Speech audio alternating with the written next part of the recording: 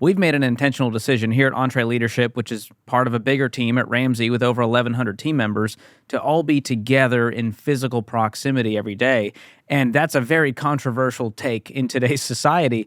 But we found that you do create more trust more quickly when we can be around each other versus screens. Have you seen any data or anecdotal evidence of that?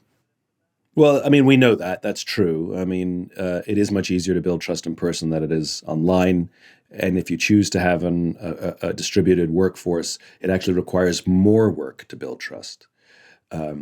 Trust is very organic when you're working together because you walk past each other in the hallway. You say hi. You grab a coffee together. You want to grab lunch. You're struggling with something. And you knock on the door and say, "Hey, do you have a minute?" All of these little things build trust. Isaac Stern, the famous violinist, said, "Music is what happens between the notes." Well, trust is what happens between the meetings. Whereas in a virtual workforce, the only thing we have are the meetings. You turn on the Zoom, you have the meeting, you turn off the Zoom. Done. There is no between. And that's a problem. And so, if you're in a distributed workforce, you actually have to do more. You have to have huddles, every Monday morning where everybody gets to check in. Nothing to do about work, just, you just chat, say hi, social. Leaders have to do more work to pick up the phone, not schedule Zoom calls, but pick up the phone and say, "Hey, how you doing? Just wanted to check in and see what's going on." Like, it's actually more effort. It's not impossible to build trust virtually, but it is more difficult. Yeah. And the other problems are that in a virtual workforce, if there's misinformation or gossip, it can swirl like crazy and get much more insidious much quicker. So yeah, of course there's huge advantages of going back to work. And like I said, I definitely think the future of work is something more flexible. The question is, how do we get there? So as you said, some companies are going full force and say everybody has to come back, and if you don't like it, then you can try it somewhere else. Pound sand. It's a strategy, and it'll please some and piss off others. But the other extreme is everybody can do anything they want and live wherever they want. It'll please some and piss off others. I mean, that's kind of, you're not going to please everyone. But I'm really curious where it nets out. The one thing I'm comfortable predicting is that flexibility is here to stay. Where in the past, somebody would have to say, "Hey, next Friday, I need to be home for my kids. Can I work from home?" And now Friday morning, you wake up, you send an email saying, "Hey, I need to stay home today. I'll be working from home remotely." And everybody shrug their shoulders and say, "All right." I think I think we can safely say that's here to stay. Yeah. So on top of building trust, which we know we talked about the difficulty of that, it's even more difficult to repair trust that's been broken. I mean, you think about a marriage, that's very true. It takes a long time to build, and it's very quickly broken. How can leaders repair trust, or team members to team members repair trust that's been broken? Accountability is the thing. Saying you're sorry doesn't mean you're wrong. And I think, people are very often afraid to take accountability for fear that they're, here's the analogy. You're at the airport with your roller bag, and you accidentally run over someone's foot. Okay? You turn around and you go, "Oh, I'm so sorry." And they go, "Don't worry about it." Right? Now, clearly, you didn't do it on purpose. You didn't mean to do it, but you still took accountability because it's your roller bag. It's your suitcase, right? Now, imagine rolling over their foot and you say nothing. And they go, "What's up?" And you turn around and be like, "I didn't mean to do it. It wasn't my intention." And they go, "You hurt my foot." They're like, "I didn't do it on purpose." And you have a whole fight because you simply refuse to take accountability because it wasn't intentional. Saying you're sorry doesn't mean you're wrong. Saying you're sorry doesn't mean you did it intentionally. It just means you take accountability for your words or your actions. That's all it means, right? And so I think one of the things we need to do is, if we say or do things like maybe we're a little bit short-tempered in a meeting, and somebody brings it to our attention, it's important that we pick up the phone or go to someone's office and say, "Hey, really sorry how I showed up in today's meeting. Not my proudest moment. I just wanted you to know I'm aware of it, and I own it."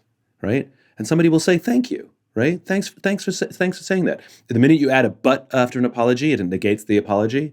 "I'm really sorry I showed up badly in that meeting, but I'm really tired." Okay, so you're not taking accountability. You're blaming fatigue, right? So what we're talking about are human skills. And it goes right back to where we started this conversation, which is our companies teach us hard skills, but they don't teach us human skills. I hate the term soft skills. Hard and soft are opposites. And to be effective, good members of a team, we need the hard skills, the skills we need to do our jobs, and we need the human skills, the skills we need to be better humans. Things like active listening, things like confrontation, things like how to give and receive feedback, things like how to have difficult conversations. These are all skills that can be taught, that we don't teach. And I think listening is the big one. There's a big difference between listening and waiting for your turn to speak. And I think most of us are pretty bad listeners. Men in particular are pretty bad. We want to fix everything. We hear a problem, we want to fix the problem. Versus sometimes somebody just wants to feel heard. That's all they want. And we have to learn to hold space for someone to feel heard. So it goes a long way to building trust. Sometimes you don't have to say anything to build trust. Sometimes you don't have to do anything to build trust. You just have to have the skill set for someone to talk to you in person or over the phone, and you know how to hold that space, and then they can get everything out they need to get out, and you can affirm it.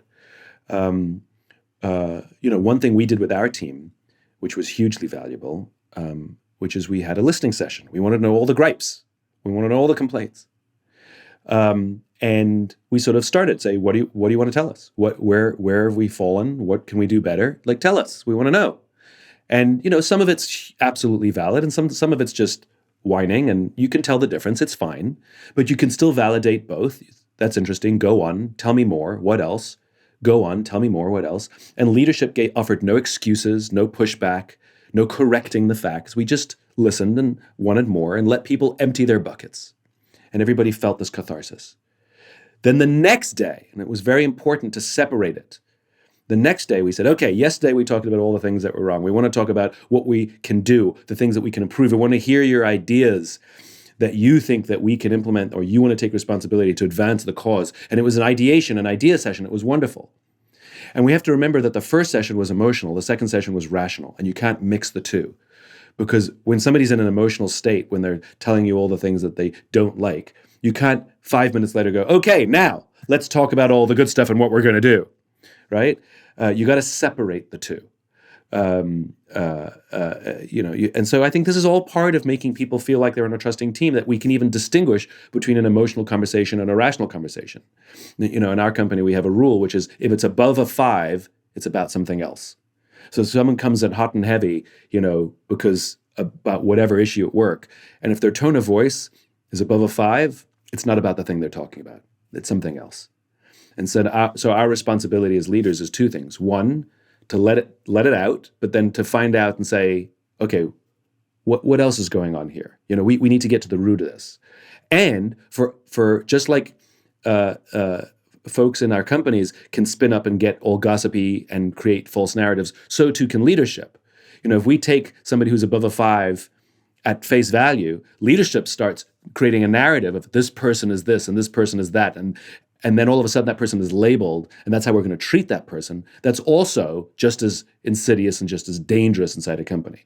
So I'm a huge fan that we should be teaching listening in our companies, and it will do tremendous benefit to the quality of trust inside our companies.